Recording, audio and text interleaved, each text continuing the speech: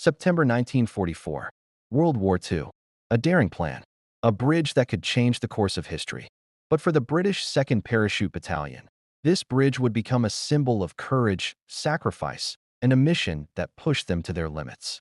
This is the story of why this bridge was too far. Our story begins with the 2nd Parachute Battalion, an elite unit of British soldiers. Their mission? Capture the Arnhem Bridge in the Netherlands, a key strategic point in Operation Market Garden. The plan was bold. Secure the bridge, hold it until reinforcements arrived, and pave the way for an Allied advance into Germany. But as they descended into enemy territory, something felt off. Ever had that feeling when you're halfway through a road trip and realize you forgot the map? Yeah, this was worse. The first fatal mistake? Their drop zones were miles from the bridge. Instead of a swift strike, they faced a grueling march through hostile territory. Time was slipping away, and the Germans were already closing in. Could they even reach the bridge before it was too late? The British fought valiantly to reach the bridge, but the Germans were ready. Pillboxes, fortified bunkers, lined the approach. The order came: light the pillbox. Explosions rocked the battlefield as the British pushed forward, inch by bloody inch. Every second counted. Every step was a gamble.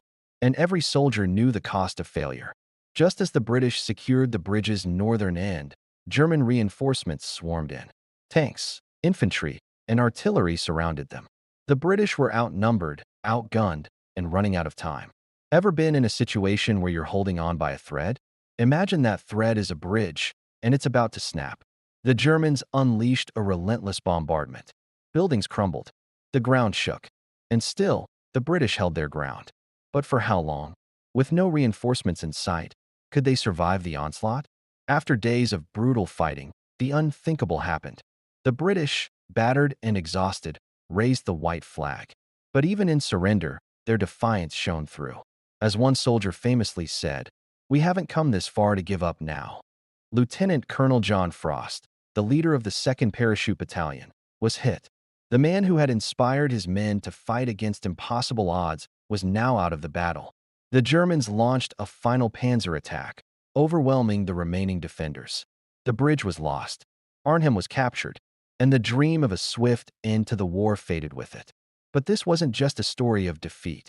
It was a story of heroism. The 2nd Parachute Battalion held the bridge for 4 days. 4 days that tested the limits of human endurance and courage. Think about that the next time you complain about a long work week. And yet, one question remains.